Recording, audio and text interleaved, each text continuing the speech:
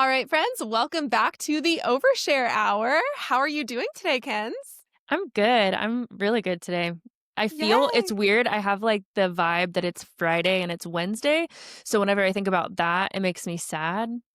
But that feeling like it's Friday is still existing in my body. And I think that's why I'm like, hey, it's a good day. And I'm like, wait, it's Wednesday. I know. How To are me, you? it feels like Thursday. It feels Does like it? tomorrow is Friday. It does. And I think that this is all because of Taylor Swift. Taylor Tell me Allison more. Swift. Well, that spoiler alert is going to be my overshare. Get ready for me to talk about all things Easter egg and the new album. I'm 100% going to talk about that. But I think the excitement of a new album is Yeah. making me feel like it's a Friday. Yeah.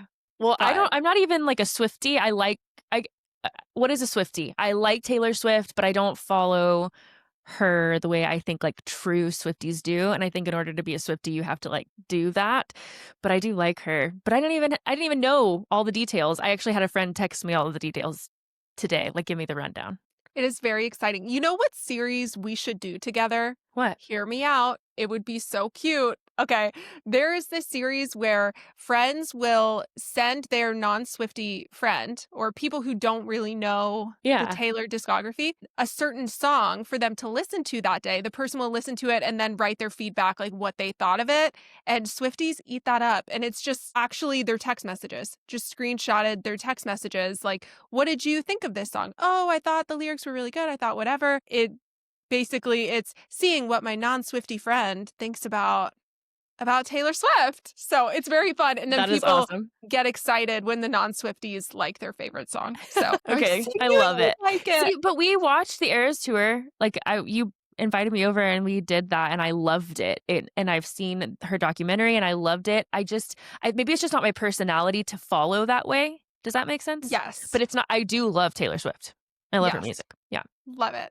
I'm so excited. So yes, it feels Yay. like a Friday, but it is a Wednesday and I'm excited to jump into these. And Me too. Kenzie, are we therapists? No, just a little disclaimer. We are not therapists.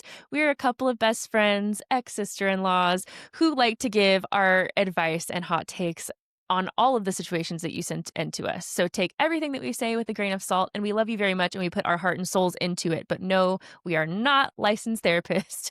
In case you were confused, given our amazing advice.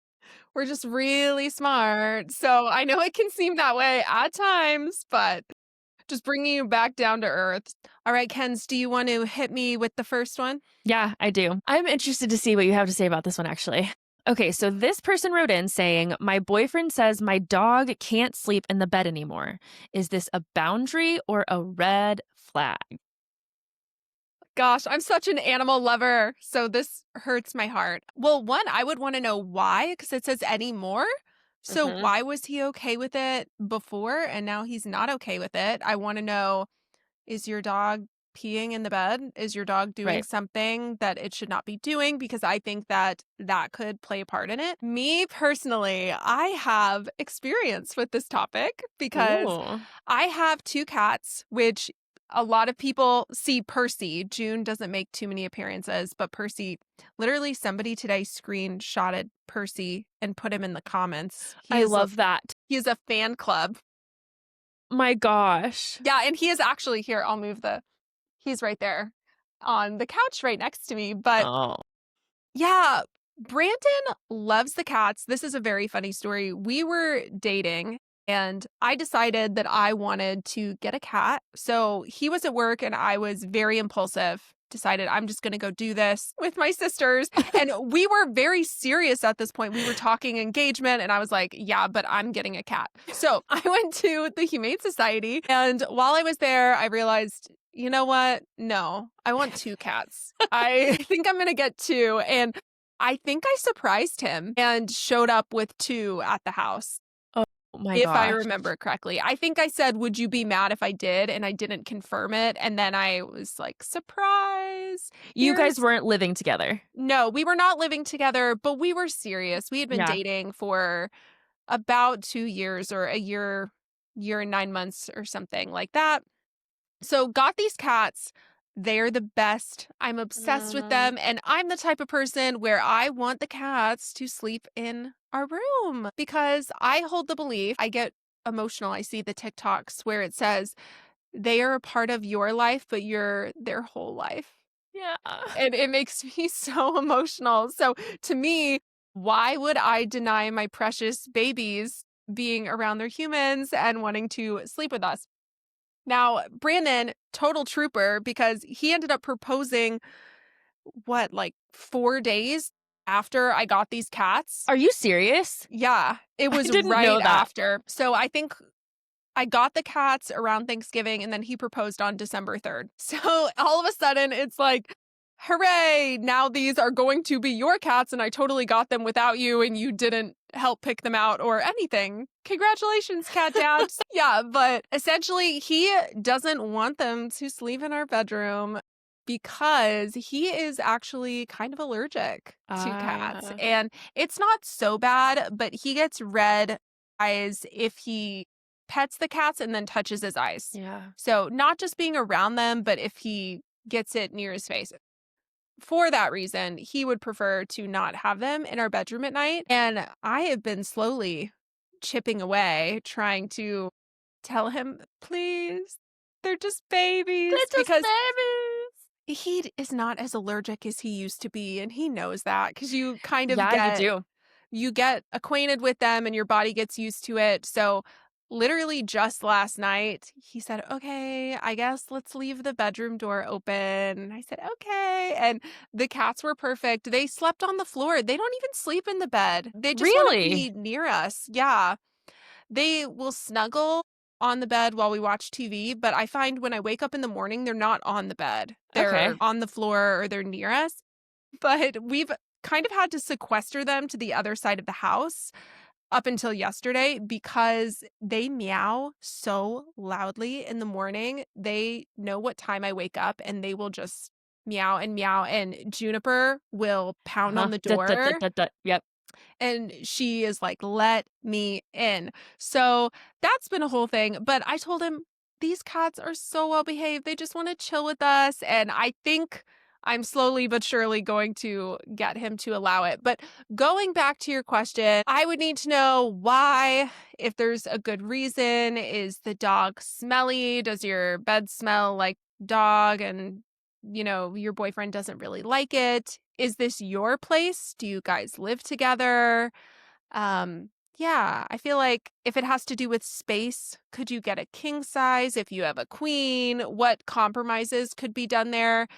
I don't think it's a red flag. I think it would be a red flag if he was saying, I'm telling you right now. Well, actually, it says he can't. So, I mean, he does say they can't. So maybe it is a little bit because I think he should be communicating with you and telling you what his concerns are. But I don't think it's inherently a red flag to not want a dog in the bed. But I do think that you guys would need to talk about it and maybe come up with a compromise of, okay, on the weekends they won't because we want to sleep in or something like that. But I don't know. This one's tricky. What do you think, Kens?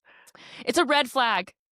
Oh my I'm gosh. I was joking. like, I'm my joking. advice was so bad. No, I don't think it's a red flag necessarily. I think maybe it's a compatibility question, but only like if this is a non-negotiable for you. So I would say if you feel like you will never be happy in a relationship, that your dog is excluded from the bedroom, and that's something that you really feel very strongly about, then I would say it's more about your boundaries and Yeah. your what you need in a relationship to feel like free and safe and good. And I think it's interesting because it is about a pet and we don't really talk about that a lot. It's not really a Yeah. conversation we have a lot, but our pets, a lot of people's pets are very, very dear to them. A lot of people view their pets as their children. And so I think it's more about how you feel about it than it is a red flag. It might just be, can we move past this and can I be happy in this relationship if I feel like my dog is being abandoned every night, right? Because that might be what this person's thinking is, I'm abandoning my dog, I'm abandoning my fur baby, Yeah.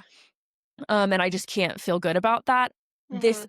the boyfriend may just not feel connected to the dog or animals in the same way, and I don't think that's a red flag. I think that's just a personality difference. And do I also think it's something that can be worked through, like you're working through with your cats and Bran, and like it's not the end of the world. You'd prefer it, he'd prefer it not, and y'all just come to a compromise and you're like, hopefully one day. Yeah, I think it can be totally worked through, but I also think for some people that it's a hard no. My dog is like the same as me and we are the same and they need to be in the bed with me. So I Yeah. think it's more that question. Yes, if there's allergies or like you said, if the dog stinks really badly and the bed smells, all of those things can be worked through. It just might take a little bit more effort, right? You probably need to have a conversation and see if there can be a compromise, or maybe it's just not your person if Yeah. that's how it is. Mhm. Yeah. Depends on what you feel about your animals and if you need them Mhm. in bed with you. Yep. All right, so next one.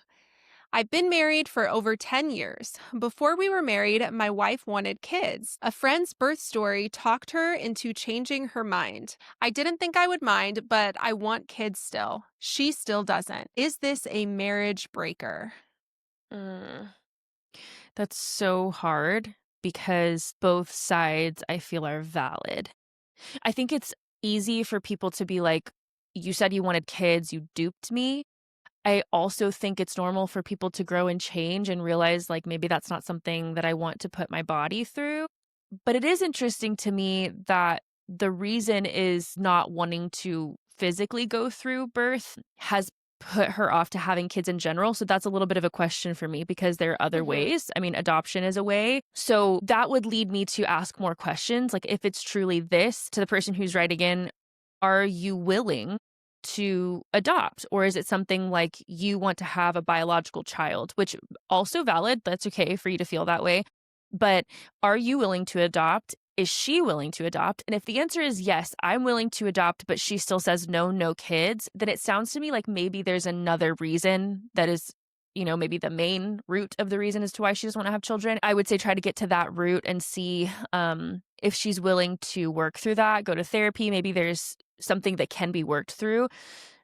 Also, people change, and that's unbelievably difficult and valid. And you get to decide if it's a marriage breaker, and it's not one person is right and one person is wrong. It's just that you have to get to the root of what it is. So if you would really like children and you're open to adoption, I would say talk to your partner about that. And if she's not, then I think that it's maybe more than just that the giving birth. But it's also very valid that some people are just not ever wanting to carry a child and to deliver, and that fear is very real, but it's also something that might be able to be worked through in therapy as well. So if it's really fear that's keeping her from wanting to move forward, maybe see if there's a therapeutic aspect that you could take to work through some of that, because birth trauma is real. I've seen moms go through their own experiences and being like, I never want to do that again. And watching someone that you know or love go through that is also the same thing. You can have that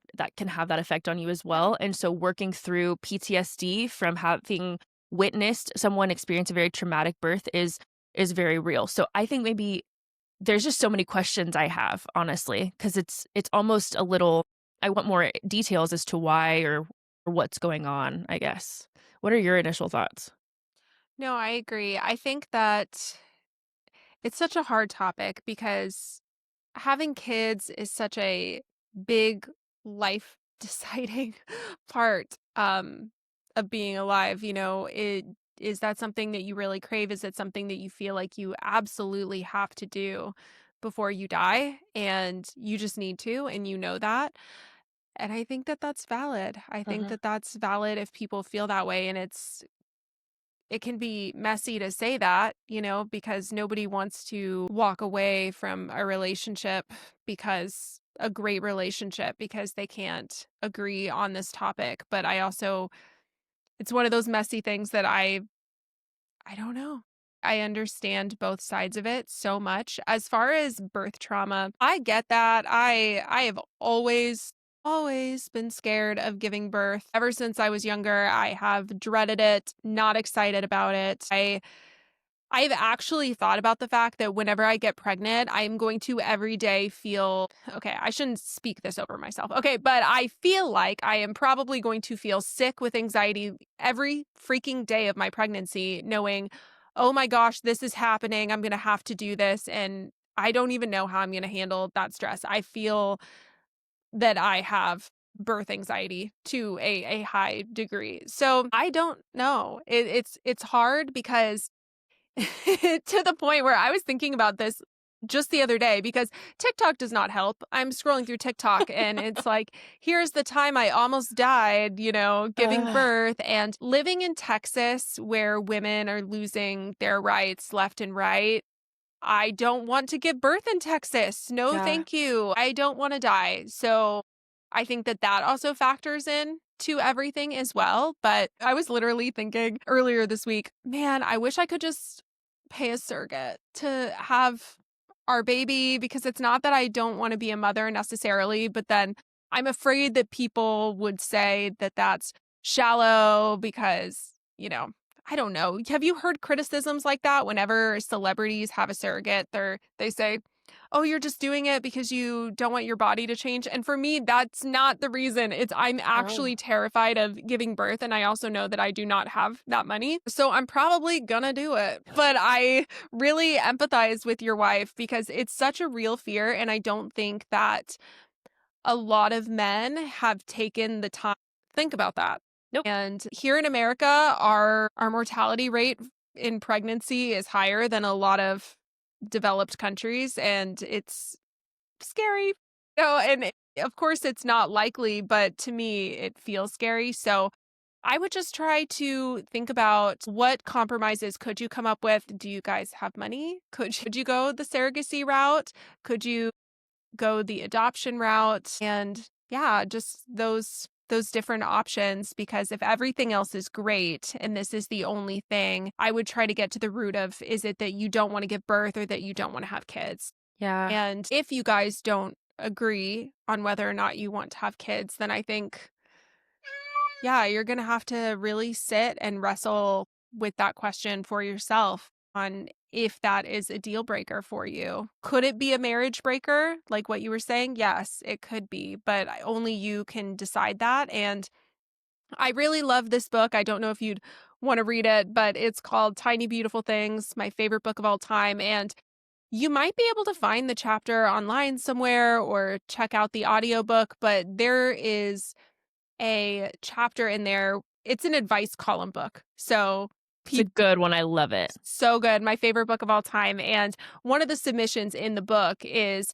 I'm debating having kids alone. It's coming from a woman who is single and she's always wanted to be a mother and she feels like her time is running out. And she says, should I get a sperm donor and have a child? And the book does such a great way of walking through the logistics of what having children would be like. And at the end, she kind of says, if you feel like you need children to be Mhm. happy, then to follow that. Because she Yep. says, is my life so, because the author is a mother, and she said her and her husband went back and forth for years. They didn't know if they wanted to have kids. And she said, is my life so much harder? Yeah. Am I exhausted? Yeah. But am I very glad that I decided to do it? Also, yes. So it's a very personal question, and I see both sides of it. So, yeah, if you're interested, you can go and listen to that chapter. I loved the way that she really explained that wrestling that I think a lot of us go through when we are trying to decide if we want to bring children into this world because it's a big decision for Yeah. sure. That was really good. And I do think that you're right. I just wanted to circle back to you saying I don't Yeah. think that a lot of men think about that, and it's because they don't have to, right? And so this might be a really good opportunity to connect with your wife in that way and show her that you see her. She might need support because Yeah. if this is the thing that is keeping her from having children is the anxiety around giving birth, then it's also a loss for her. So like if she wants to have kids, like if that's really what it is, she wants to have kids but she just cannot see herself doing that because the anxiety is so severe, then that's a grieving process for her as well. So I think there's a lot of room, I think, for conversations and really getting in touch with what's really going on and just trying your best to open yourself to hearing her out and listening to her because it is really scary to put your body through that. Yeah. It really is. There's a lot of unknowns. So, yeah, I think your advice is amazing. Very good. Thanks. Yeah. And for anyone who is listening and not watching, just so you know that my pregnant cat was making an appearance for During the that pregnancy story. pregnancy story. All right. Do you want to do the next one? I will read this one. It says, my best friend did one of those ancestry kits and found out her dad wasn't her biological father. She doesn't know if it will ruin her parents' marriage, but she feels like she can't not ask. What should she do? Oh my gosh. Wow. Yeah, I've heard of crazy stories like this before where people will take the ancestry kits to find out some shocking information. Mostly I've heard where people have done the kits and found out that they have, like, their dad has fathered another kid that shows up on their family tree. And it makes you wonder if these people are just very anxious all the time. Like, imagine if you had a secret like this, would you not feel that, How do they do it? like, this is going to come out? This is going to come out. And wow, I can't even imagine what she's feeling if I found out. Oh my gosh, guys should see my eyes. If I found out that my dad was not my biological father, I would be spinning so hard because I would be wondering, why didn't my mom tell me? And then I would also wonder, well, does my dad already know? Is this something that they've talked about? Because that does happen where the moms might have an affair, or maybe they broke up for a time and then the dad decides, you know what? No, I'm going to raise this child. So I would wonder, who here knew this and why was this kept from me my entire life? Personally, I could not ask. 100%, I would have to ask my mom, and I would need to know. I 100% would need to know what the truth is, just because I could not sit on information like that without trying to figure out what the truth was. And I think that the fear is so valid to be afraid that it's possible that it could affect the parents' marriage because you don't know the circumstances, but at the same time, you don't know the circumstances. You don't know if Nope. it is that circumstance where they were separated for a while, or if he already knows about this and he decided that he loved you and her and he wanted to stay. I mean, maybe there's even fertility options too. You Yeah. don't know if it was a sperm donor. That Yep. could be possible if they were having fertility issues and this is what they decided as a couple, and they didn't want you to know because they didn't want you to feel any different than the siblings, if there are siblings. So, wow, I don't know. What do you think, Ken's? No, I think exactly that. I think Yeah. my first and biggest thought is that you are not responsible for your parents' marriage. You are a person in this and you matter and your feelings matter and your life experience matters. And if it were me personally, there's no way I could go through life holding this in. It would Hmm. affect my life so detrimentally that there's no way that I could do it. And I think that it's fair if you are also feeling that way. And you deserve to have your answers. You deserve to have your answers, even if they're different than what you're expecting. Because my thought was that as well. It could definitely be an infidelity issue. Also, they could already know and have worked that out between themselves, or it could be infertility. I have heard many stories where people have struggled being like, are we going to say something? Are we not going to say something? And I Yeah. think, whether or not you feel like that's fair, say it is infertility, and that's going to really piss you off. If that's the case, that's valid that you would feel that way, that you don't think that's fair. But it also might not, it also means that your parents' marriage isn't going to fall apart. So there are just all of these things that are unknown. But I think what you do know is that the person that you've grown up with thinking is your father is not, and Or at least biologically, biologically. Yeah. biologically, and that you deserve to know and get to the bottom of that. So I have a personal story about this that's actually absolutely crazy. A family member of mine lived her whole life thinking that her biological father was this man, okay? And she ended up finding out later because she always questioned it. She was like, I don't look anything like him. And he had other children and who are her siblings who looked exactly like him, and she always like looked different. And so that was the first thing for her where she was like, Mhm. I just don't look like any of my siblings at all. And so she started to dig and ask questions, and there was always this person that she had this idea or connection to, and was like, I feel like I look like him, like I feel like that's who I look like. And he was her father's best friend who Oh, ended up, yeah, he ended up, okay, they did this drug deal, okay, at their house and opened the door, and the person who she thought was her dad was standing at the door, and the person that she felt like potentially was her dad stood in front of him as the man shot to kill the other guy, and yeah. shot and killed the person that she was wondering is maybe her father. So all these years, I think she's 37 now. All these years she's wondered, like, could it be? Could it be? So recently she got in contact. She would always ask her mom. She asked her mom all the time, and she'd be like, "Oh, you're crazy. You're crazy." Of course not, right? Well, she got in touch with another one of their friends who was like an uncle to them and the family. Got in touch with him, and she straight up asked him, "Is this man my father?" And he was like, "This man is your father." And it was the guy that she always thought was. And so Oh my she's been gosh. trying to, yeah, it's a really crazy story. And so she still, I mean, she'll bring it up to her mom all the time, and she denies it. And so it happens like all the time. And it's such a crazy, I mean, it's like a TV show of a Well, story. you would think, "No, this is too crazy. This wouldn't happen." But, I I mean, it know does every it day. does. Yeah. Yeah, it happens. But, you know, I think, like, her bravery was, "I'm going to, no matter what, like, figure this out," because she needed to know for herself, and I think it will get to that point for anybody, to the point where Yeah. you're like, I literally cannot live without this knowledge." Oh my gosh. Yeah, it's a lot. Yeah. So It's I would crazy. say yes, that your Yeah, friend should definitely. talk to her mom. Oh, that's so heavy. Please let us know what she ends up doing, because I am curious. That is, Yeah. I can't even imagine what it would be like to be put in that position. All right, you ready to get into the last one? Yeah, I'm ready. All right. Some of my friends are thriving, engaged, getting promotions, and buying houses. I want to be happy for them, and part of me is, but another part of me feels behind, bitter, and ashamed that I can't celebrate without comparing.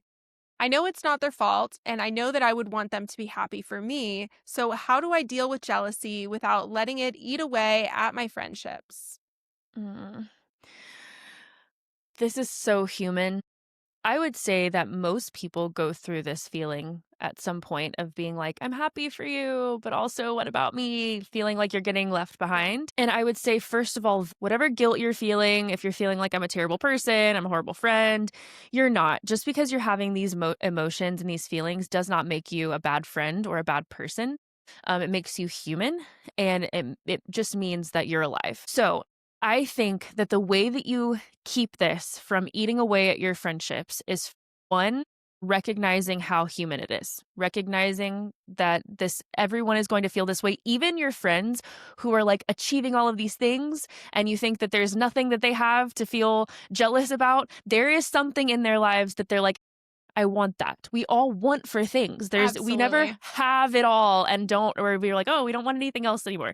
We all, for the rest of our lives, are going to want new things. And I think that that's because we're creative. And once we achieve something, we're like, okay, what else can I create in my life? Like, what else can I do? And so everyone to some extent is experiencing that, even if they don't talk about it. For all you know, there are things that these friends admire about your life and the way that you live and the things that you have. And you've never even thought about it that way because you're too busy admiring them, right? And Hmm. thinking about all of the things that they're achieving. You can be both happy for them at a deep core level because you love them. And I think it's a form of anxiety of being like, what am I doing? What do I need to do to be able to have the things that I want?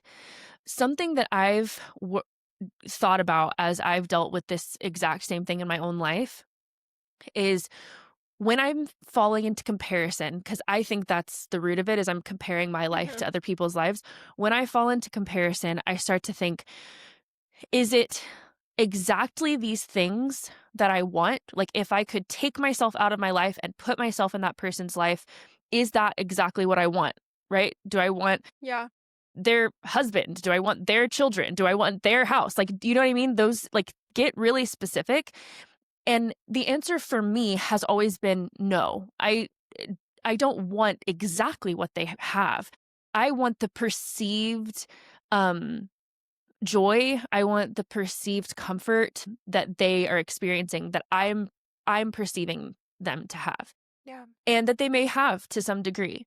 So what you do is you figure out exactly what it is that you want. This is where, and I'm going to get real cheesy with this, but this is where your vision board comes in. This is where your journaling comes in. This is where the mapping out of the exact dream life that you want for yourself comes in. Because I guarantee you, if you sat down with every single one of those people, all of your friends, and y'all did a vision board party, everyone's vision board would be different. Mhm. Right? Like they're gonna have a different car, they're gonna have a different style, they're gonna have all everything's gonna be different, right? So do that for yourself and think, what do I want? And whenever, because this is genuinely what I do, okay? Mhm. Whenever I'm like, I am not where I want to be, and then I look, and this isn't even just with people in my own life. I mean, this is social media. Like, this is just people in general. I look and I'm like, well, I want all of those things. I come back to my journal. I come back to my vision for my life, and I'm like, "Oh, this is what I want. These are Mhm. the things that I want. What am I doing to get myself there?"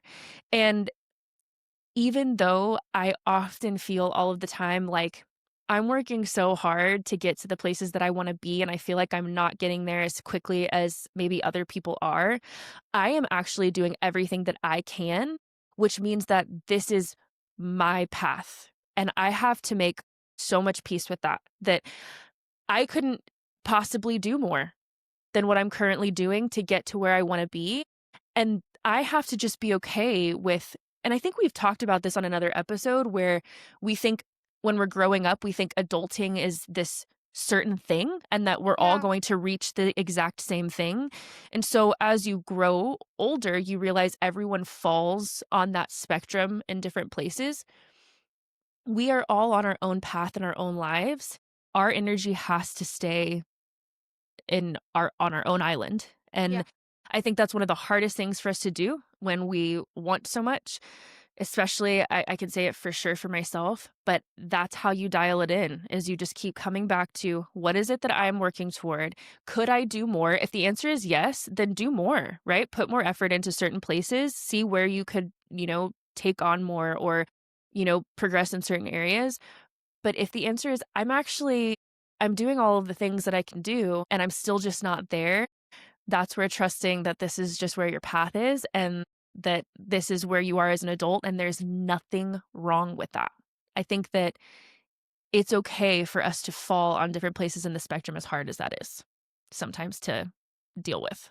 Yeah. I What do love you what think? you yeah, I loved what you said about how even the people whose lives you might be envying, they have jealousy about someone else's life. Mhm. We're just built that way to want the Mhm. next big thing or the next goal. And yeah, I think back to this time when I was living in Atlanta and I had a friend who had a super stable, great job, was making good money, and I would feel not jealousy when I was around her, definitely not jealousy, but like insecurity. I would Yeah. feel, okay, I didn't go to college. So, I didn't go to college. And me and my husband at the time, my super amazing, awful ex, we were struggling out in Atlanta financially. We were always stressed about money, always. And she just had a stable, great career. And I felt extremely behind and insecure about that.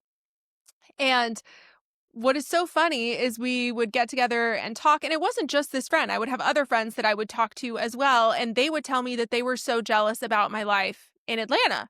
They would say, I love that you're doing all that background stuff. That is so much fun. Like, I wish I could quit my 9 to 5. I wish I could come and do background work. And On one hand, I did love doing that stuff. I really did, but was I making a ton of money? No, so I think it really just depends on, you might think you're envying their life, but for all you know, they are envying yours. Yep. So we're just all constantly comparing. And then now I look, I am what, 5 or 6 years down the line, and I'm just now starting to make the money that I wish I had been making this entire time. But hey, we're getting here, and Yeah. I'm 31, and sometimes things just take time, and everybody's going to do things at different rates. I know we've said it before. I have friends who haven't had kids yet. I have friends who, Kenzie, you have an 11-year-old. We are just all on very different timelines. And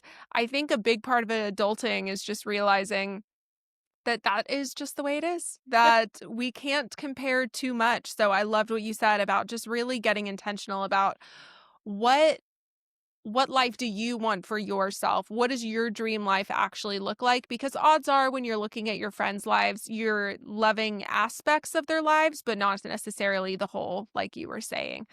So, yeah, I think that it's very human. We feel you on that. And I wouldn't feel guilty. If you feel guilty Mhm. about feeling jealous, feeling like, oh, I'm a bad person for feeling this way, you're not sitting there wishing your friends harm. You're not saying, I wish they would lose their job or anything like that. You just feel a bit of insecurity and jealousy for the milestones that they're hitting, but that doesn't mean that you're a bad person or you're a bad friend. You are just navigating feelings, which I am sure they are also navigating as well in their own way.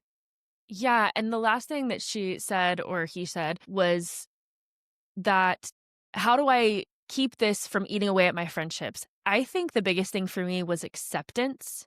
I then that's part of kind of what we're talking about, and it's a hard thing. Like, it's a hard thing to Hmm. do when you're not where you want to be. But once I started to really accept that isn't my life, like that's not my life, that's not where I'm at, and this is where I'm at.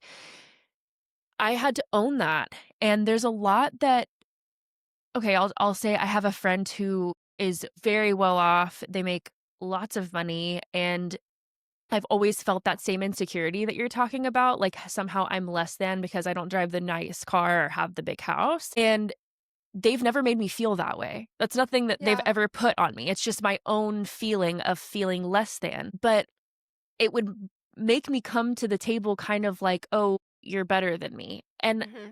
over the last couple of years, I've started to just I got tired of that, and I got tired of feeling that way, and so I was like, "You know what? It's partly a choice of just being like, this is my life, and I have one of them, and so I'm just gonna be where I am, and they bring something to the table, and I bring something different to the table, and it's not that that's better or that this is better, it's just different, and your friends value you. You don't have to show up differently or make more money or drive a certain car in order for your friends to love you, and that's clear because they're your friends, and so if you let yourself accept yourself the way that your friends accept you, you might have an easier time of releasing that feeling of tension when you're around them because or when you're engaging with them because they don't view you the way that you view yourself. I can almost promise you that. No, absolutely. Yeah. So, but it is hard. It's one of the hardest things. Humanity, Yeah. large part of it. All right. Well, do you want to jump into our overshares for the week? Yes, and I want you to go first, Tay Tay. Oh my gosh. Okay. No, I'm going to talk your ear off because Okay. I'm just so excited. So, like Ken's mentioned, I am a huge Swiftie.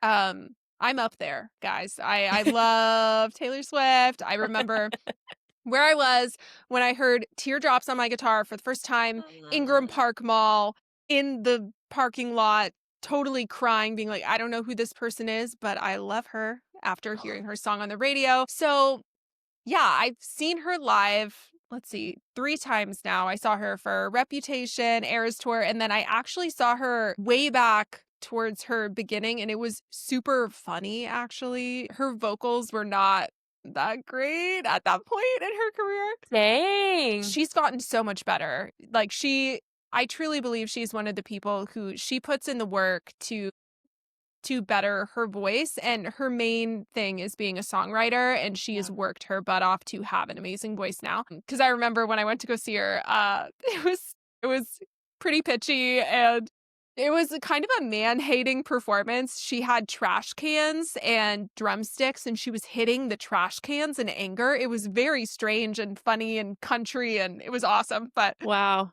yeah, she was opening up for All American Rejects, Shut actually. up. Mhm.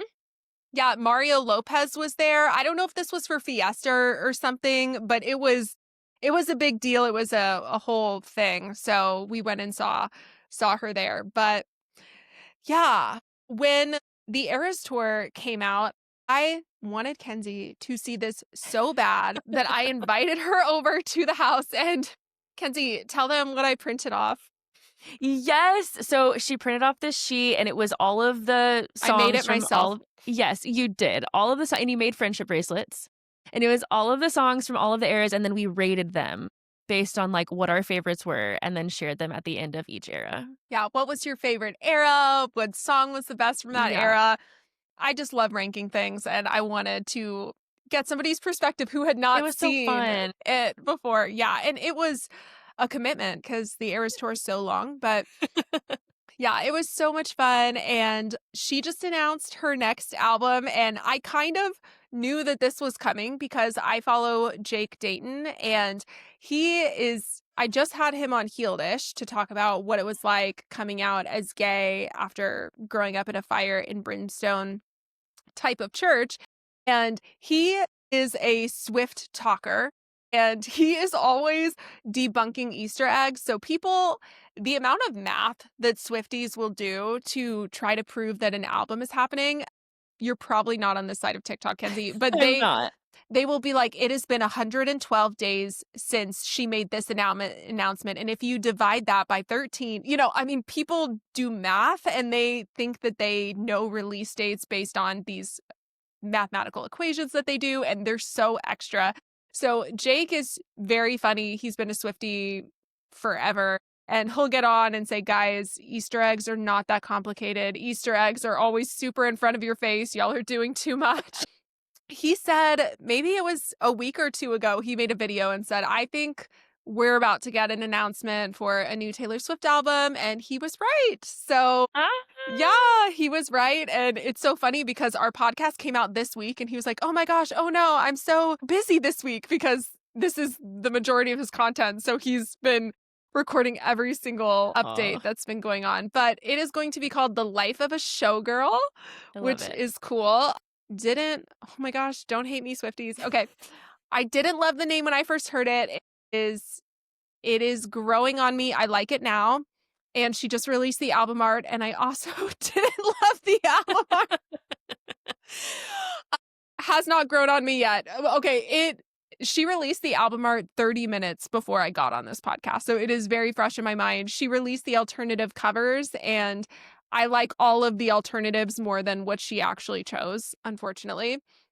But I like the Life of the Showgirl title. It's just that I think I like album titles that are short because she Okay. used to do that. It used to be like Reputation, Lover, Red, and then after Tortured Poets Department, I feel like they've been longer and wordier. And Okay. I'm not like the biggest fan of wordy album titles, but it's okay.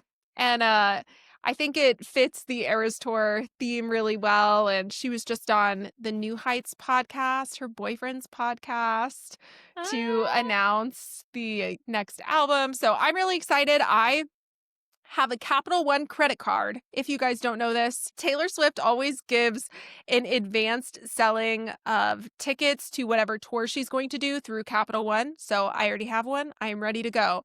Oh I'm my ready gosh. to be financially irresponsible and I will drop so much money to see her tour this album if she ends up doing that. I hope so. I really hope she does.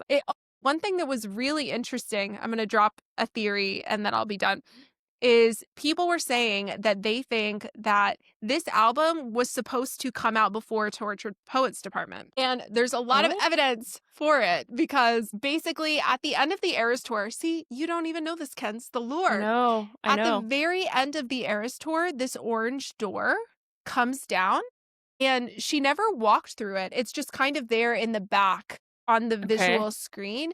And she walked through it on the last night of the tour. So everybody was Oh, like, she's walking into a new era. That's kind of what people thought. And apparently her surprise song that night was The Other Side of the Door. LOL. One of her songs called The Other Side yes. of the Door. So people were thinking that was the next era, but that door has been there since March 2023 Eras tour. So Oh, that door has been there the whole time. And Tortured Poets kind of came out in the middle of the Eras tour. yeah. And that entire album basically is about Maddie Healy, who she dated while she was on the Eras tour. Yeah. So there's this idea that her and Joe broke up. She got with Maddie. She had all of this huge heartbreak, and that she just was writing her heart out through this heartbreak. And then she decided to release it while she was on tour. Dang. And that the entire plan was to release The Life of a Showgirl back then, and then it got interrupted by this. Do you think that's true? Like accurate? I think I'm 99% sure because she knew that it was going to be the next era enough to put the orange door Yeah. there. And she typically plans these things really far out. And I'll send you the video. It's funny. In October, she posted this cute video of her holding her cat and walking into one of the stadiums. And she kind of looks around the stadium. And in the stadium, you see a sign that says A12 for like the seating section of the Uh-huh. stadium. And she announced the album on August 12th. Wow. So we now know at least that she planned the release date or the announcement date that far out back in last October. That's so So crazy. yeah, she always does it way far in advance. So I'm sure she already knows what album's coming after this because she, That's how she does. yeah, and people are always trying to talk about when she's going to retire. Guys, I don't think that that is a thought in her mind. She wants to make history. She's made it very clear. She chases legacy. It Yeah. matters to her. I don't think that she's gonna just decide to be done. No. She's Yeah. also young. Yes. I'm like, gosh, y'all want to put her in a nursing home. She's in her Yeah, she's 30s. young. What She's do you in her mean? 30s. Yeah. And also, one thing that I really like that she's been doing the last few years is she said that she's just been writing so much more and she's given up on this idea that everything needs to be perfect before she releases it. So that's why all of her albums have so many songs is she was like, why not? Why not Yeah. write all these songs and why not release them? And do I really want these to never be heard? And the idea that our art has to be perfect before Yeah. we release it into the world, she's kind of done away with that idea. I love So that. yeah, it's been awesome. So I'm Cool. excited. I'm excited. Wait, last thing, Keds, Okay. because you're invited. Okay. Okay. I'm very excited because she just announced the release date and it's on Brandon's birthday. Shut up. Yeah. Yeah. October Oh 3rd. my gosh. So it's the night going into his birthday. So October 2nd, Uh-huh. we are going to have a listening party. I had one with my sisters last time. You guys are totally invited to the listening Yes. party. I want to set up a camera and record our reactions as we're listening to it because those videos always like go viral and they're fun to look back Yes. on. So I want to have a total themed party. We dress up, have fun snacks based off of it, and we can all listen to the album at midnight. I love it. Yeah, That sounds amazing. I'm excited. Yay. It's going to be Cool. great. Is Bran a Swiftie? Percent. 100%. No, one thing that is very cool is when we got together, he wanted me to listen to the Beatles. So we sat down and listened to every Beatles record. And he made me like lay in bed and close my eyes and take in every single song. And we went through all the Beatles records and then we did the same for Taylor Swift. Cool. So we are both I'm a huge fan of the Beatles now. He's a huge fan of Taylor Swift and he'll That's he'll cool. listen to it on his own time. He loves Taylor. So Oh, we are very, very excited. It's going to be great. that's awesome. I'm so excited. Yeah. Yay. Wow, that was a good one. Stop. I felt like I was nerding out. I'm like, I nobody loved it. cares, but I am excited. No, I'm excited for you. I don't really have a huge overshare this week. The only thing I can say, honestly, is that my birthday is next Monday. So What are you I'm doing? turning 32. I'm turning 32. And I've honestly been thinking I'm turning 33. I keep saying that, and I'm like, "No, I'm 32."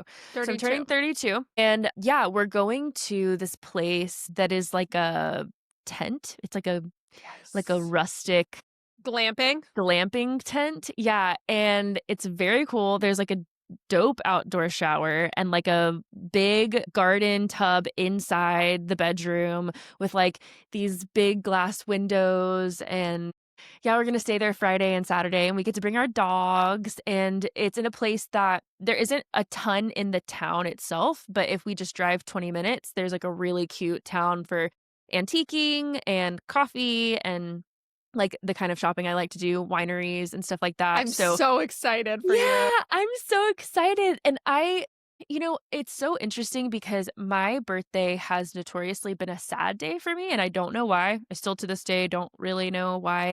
And the last 2 years, my birthday has been really sucky. I've just had really, really terrible birthdays. And okay, should I overshare about my 30th birthday? Yes. Oh my gosh, yes. That was guys, you're not ready. Should I? Yeah, you should. It was Okay. insanity. Luckily, I left before. Didn't have to experience any of it. Yeah. Ugh. So my mom threw me a surprise 30th birthday with all of my family and friends, and it was so awesome. She rented a Corvette Stingray for So me to like sweet. drive. And it was so sweet. I showed up and everyone was there, and there was karaoke, which is like my favorite thing in the world. And it was just such a beautiful idea. Like the idea of it was amazing. It was 13 going on 30 themed, which is what I've always wanted. And I was just like, this is the best ever. Like my family and friends love me. It just was so amazing. So I have this ex stepdad. Okay. And he and I were super close when he and my mom were married. I loved him very, very much. And when their marriage ended, like, we tried to stay connected a little bit in high school, but it just didn't happen, Yeah. like, we just didn't stay connected, but every year on my birthday, he texts me and says, "Happy birthday." And I've always missed him, it's been this hole in my heart because I just feel like it was this person that I lost. Like, it was just a really big loss for me. So, I show up, everyone's there, and then I walk up to the steps. My mom had this, like, river house on the river at the time, and so it was on stilts. I walked up the steps to the porch deck, and my stepdad is standing there, and it's been, like, 18, 15 years, Wow. something crazy since I've seen him, and he turns around, he's like an old man because he doesn't even look the same, and I just lost it. I start weeping, and he's crying, and we're hugging each other, and it was just this beautiful moment, and I'm just looking around at everyone like, "Wow," like, everyone is here, right? And I'm reconnected with my stepdad. Yeah. So we all go inside, I get a drink, and he and I get to talking, we're standing in the kitchen, and he starts to make remarks to me like, "Wow, you really look like your mom. Like, you've really grown up a lot, and, like, you really look like your mom." And I was like, "Yeah." And then he was, like, looking at my chest and, like, Oh my started, like, god. being weird, and Yeah. my fiancé clocked it, but he was like, "I'm just gonna give them some space and, like, stay around." And so we're talking, I'm starting to get, like, a really weird feeling, and my mom came over, and he was looking at her, and he's like, "Wow, you are really the spitting image of your mom." And it just started to feel like Yeah. if you Violating. if you say it one way, it's totally fine, but then the tone that you use really matters, and the tone was just not right. Like, I just felt it was off. And he was making looks, it was just weird. So I realized, I'm like, "Okay, this is weird," and I'm like, "Oh, he's inebriated." Like, he was already drunk, I'd just gotten there, and I was like, "Okay, he's drinking." Not that that makes it okay, but No, but it also wasn't that. even late at night. Like, No, it it was like, was yeah, I don't even know what time it was, but maybe like it was not 7, late. Yeah, if maybe. that. Yeah, Mhm.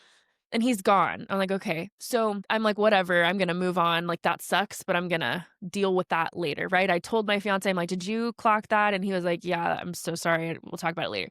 So the night's going on for maybe the first hour, hour and a half, and all of a sudden, I hear screaming and yelling, and my cousin's on the stair crying, and I'm just, like, lost. I'm like, "Okay, I just got done singing karaoke, like, what's happening?" Turns out my stepfather had made a rude comment about my fiance, and they had not met at the time, made a rude comment about him to one of my cousins, okay, my male cousins. My male cousin stood up to him and was like, "Hey, you don't have to be here. Like, you're not going to talk Yeah. about anyone here like that. Like, you can go. And then it started this huge fight where my stepdad's like going to get a gun out of his truck and a knife, and they have shirts off, and everyone's drunk, and they're downstairs fighting, and it's like this brawl. And I went downstairs because I had no idea what was going on. I just hear them, and they're screaming at each other, and they have weapons out at my mom's house. And so eventually we got the weapons put away, and I just went over to my stepdad, and I was lost it. And I was like, you have to go. Like, you cannot be here. You need to leave. And it was this whole thing. And that was the rest of the night, was just like this terrible, terrible fight and horrible, horrible memory. And it was really like the time I got there and like an hour and a half later, and that was just the rest of the evening, was just this horrible, horrible thing. And it was so sad too, because it was this person that it could have been a really beautiful reunion, and it was just this very awful, traumatic experience. So yeah, So that was traumatic. I the remember worst. when that happened. And so Brand and I went, which was Yeah. like so sweet that we Mhm. were invited because it was mostly your mom's side Yeah. of the family, and they knew that we were best friends. So they invited me and Brand, and we were there for a bit. And then the party started later than we thought. So we Mhm. didn't get to stay that long. So we left before the guns got taken out, and then Ken's told me about it like the next day, and oh my Yeah. gosh, I it's so heartbreaking because I think that when you look back on your childhood, you had this very warm Mhm. memory with this man, and then the fact that your family tried to do something so sweet for you, they tried to bring him Yeah. to celebrate you, and then he blew it like that, and then had the audacity to say that about your fiance. It was just so atrocious and went so wrong, and it's so frustrating because it was a great party. They It like was so made a cool. poster, and they had really cute like themes. There was karaoke. Brand sang Yeah. karaoke before we left, and yeah, I'm It was so really sorry, sad. Kens. Yeah, you deserve Yeah. a good birthday. Yeah, and so I think I'm just always, and this is, it's always been a thing, I feel lonely on my birthday, and I think there's a psychology behind that, but I don't know what it is. And so Yeah. this year I was like, "You know what? I could have, like, some party and stuff," which is great, like, I love to be around my people, Mhm. but I think, like, what my body needs is just to, like, go away and just, like, have a stay somewhere cool and just, like, take it easy and just, like, low-key nervous system Reset. reset. Yeah. And so that's what I get to do this weekend, and I'm really, really, really looking forward to it. I think it's gonna be a really great time. Those are my favorite birthdays. I know. It's And like then I'm when we taking just off get work in there. Monday. Yeah. Yay! And so I'm just gonna be by myself. So Luca was like, "Do you want me to take off?" And I was like, "Well, take off in the morning and have coffee with me, and then just, like, let me be alone. And then we'll go to dinner Nice. after." Yeah, but I was like, the whole day I get to just, like, read or do whatever I wanna do, which That's is so not often fun. that I get to do that. Also, disclaimer, my young children were not at this party experiencing trauma, just in case anyone was concerned about that. Thank God. Yes, they were not there. Yeah. My gosh, yeah. Yeah, so that's my overshare this week. Oh my gosh. Well, I am happy that we both kind of feel like it was Friday, despite the fact that it's Yeah. Wednesday. Because, hey, we're feeling pretty good. We were saying Yeah. last week that sometimes we don't feel so good, but this week we're both riding some highs. Yeah, So maybe that Friday energy will just carry us right on to the weekend. I know, and you're about to be out of town. I'm so excited for Uh-huh. you. Thank you. Yeah, well, if you guys didn't know, we do have a Patreon where we Yes. share 3 extra bonus stories, and it's either going to be write-ins or Reddit stories. We're thinking we're going to get some really spicy, fun Reddit stories to react to Juicy. on Yeah. Patreon, but go ahead, and if you have not submitted questions, you can ask us anything. It can be about religion, marriage, relationships, friendships, pets, traveling, goals, anything at all. Yeah, nothing is off the table. Yeah. Sexuality, all of it. Let us Yes. know. No question too small or too big. Write it in. Yeah. Yeah. Well, all right. I guess we will see you guys next week for another episode of the Overshare Hour. Yeah, we love you guys. Bye. Bye.